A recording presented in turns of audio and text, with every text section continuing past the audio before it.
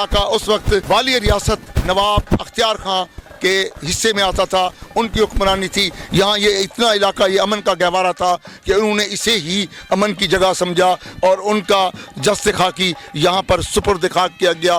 پھر یہاں پر ایک مسجد تعمیر کی گئی جس مسجد کے بارے میں بھی کہا جاتا ہے کہ یہ بھی تقریباً 450 سال قدیم ہے. مسجد بھی آہستہ آہستہ ریزہ ریزہ ہو کر بکھرتی جا رہی ہے.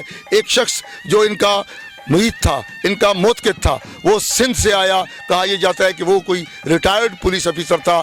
اس نے جو بھی اپنی پنشن ملی اس نے اس مسجد پہ لگائی اور اس کی تزئین و آرائش کی، مگر اس کے باوجود مسجد کا کام ادھورا رہ گیا کیونکہ یہاں پر کوئی حکومتی یہاں پر توجہ نہیں ہے. اس وقت اس علاقے کے ایک معتبر شخص یہاں پر جو صاحب جو ہمیشہ نائب ناظم بھی منتخب ہوتے ہیں، وائس چیئرمین بھی منتخب ہوتے ہیں، میاں طاہر قریشی صاحب، وہ اس وقت ہمارے ساتھ موجود ہیں. ہم کوشش کریں گے ان کے ساتھ اس بارے میں گفتگو کر لیں. السلام علیکم. وعلیکم السلام. آپ اس قصبے پر اور اس مزار پر اور مسجد پر کوئی روشنی ڈالیں گے؟ جی یہ ہمارے علاقے کی بہت قدیمی مزار ہے، جلال شاہ جلالی صاحب کی. یہاں پہلے تو عرس بھی ہوتے تھے، بڑی رونق ہوتی تھی. قصہ کو بچا لیں یا ہمارے لیے کچھ یہ اس نشانی کو محفوظ کر دیں، مہربانی ہوگی. بہت شکریہ. صاحب مزار جو ہیں ان کے مجاور خاندان کے لوگ اس وقت میرے ساتھ موجود ہیں. میں کوشش کروں گا کہ وہ کیا چاہتے ہیں یہاں پر. یہ صاحب مزار کے عزیز ہیں، مجاوروں کے عزیز ہیں. یہ ان سے مطالبہ کیا ان کا مطالبہ ہے، کیا کہنا چاہتے ہیں وہ؟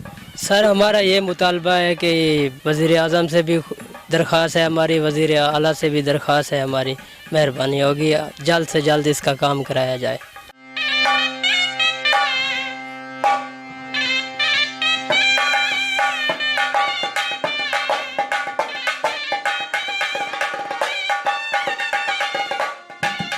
جی صاحب اقتدار کی بے توجہی کا شکار یہ یہاں کے قدیم ترین آثار ریزہ ریزہ ہو رہے ہیں.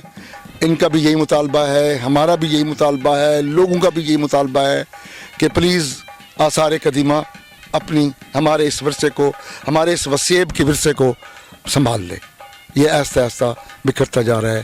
ملتے ہیں آپ سے اگلے کسی تاریخی مقام پر.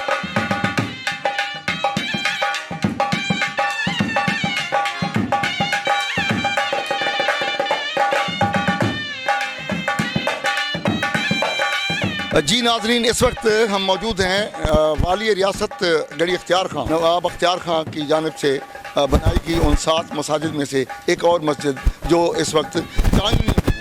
چاندنی جو ہے یہ تحصیل لیاقت پور کا حصہ ہے اور اس وقت یہ مسجد آپ کے سامنے اس کی وہی قدامت ہے جو تقریباً کوئی 250 سال اور کوئی 350 سال بتاتا ہے. تاریخی حوالے سے کوئی ایسا دستاویز ہمیں ابھی تک تاحال نہیں ملی جو یہ بتائے کہ یہ آج سے 250 سال پہلے تعمیر ہوئی ہے یا 350 سال پہلے. مگر یہ اس میں کوئی شک نہیں کہ یہ ایک بڑی قدیم مسجد ہے اور اس مسجد کی قدامت آپ کو نظر آ رہی ہوگی. یہ بھی بتایا گیا، اہل علاقہ نے بتایا ہے کہ اسے 8-9 سال پہلے محکمہ آثار قدیمہ نے اسے دوبارہ تعمیر کرایا کیونکہ اس کا یہ دونوں جو چھوٹے گنبد ہے یہ دونوں اس کے گر چکے تھے اور اس کے بعد یہ بڑا گنبد اس وقت تھا، اس کے اوپر اب پلستر ہو چکا ہے.